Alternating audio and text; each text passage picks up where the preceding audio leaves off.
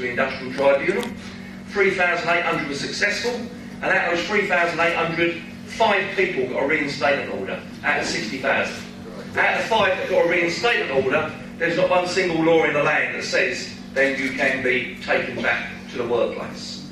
On top of that, out of 3,800 successful, the average compensation is 4,800 quid. That's the reality out there.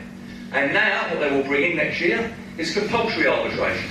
That means, for example, before you can go to a tribunal, you've got to get a certificate that you and the employers have been to ACAS, and the boss's philosophy will be to string that out as long as possible, so that somebody gets sacked today and gets offered, for example, 30,000 quid, then they might turn around and say, that's no good to me, I may never work again. But 6 months down the road, the case ain't settled, because you ain't got that certificate, 30,000 quid when you've been adult for 6 months, bills to pay, and the kids chewing at your ankles may seem enough to settle.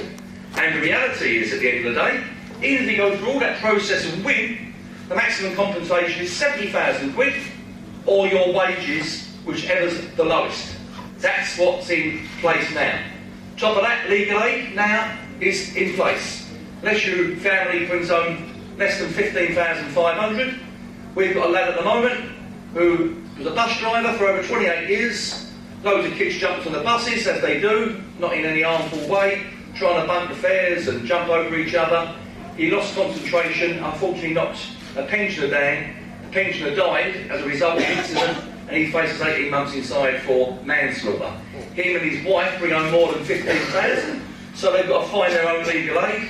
All of this on top of them when he faces a court case as well. That's coming as well. Then we see the bedroom tax being rolled out into the community. Some people say, what's that got to do with trade unions? Well, it's got a lot to do with trade unions, because it's no good having a secure job that when you get home, that your next door neighbour or your sister or your mum or your aunt has to pay a tax on where they live.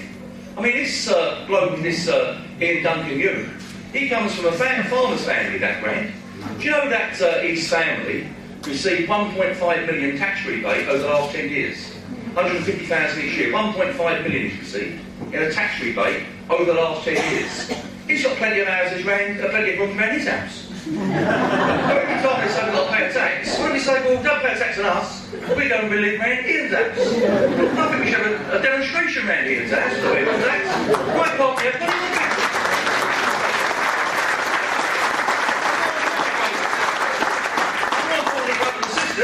Never mind having these houses.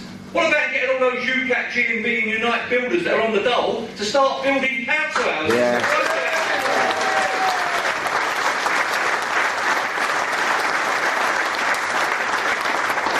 Therefore, brothers and sisters, what we faced up with this week.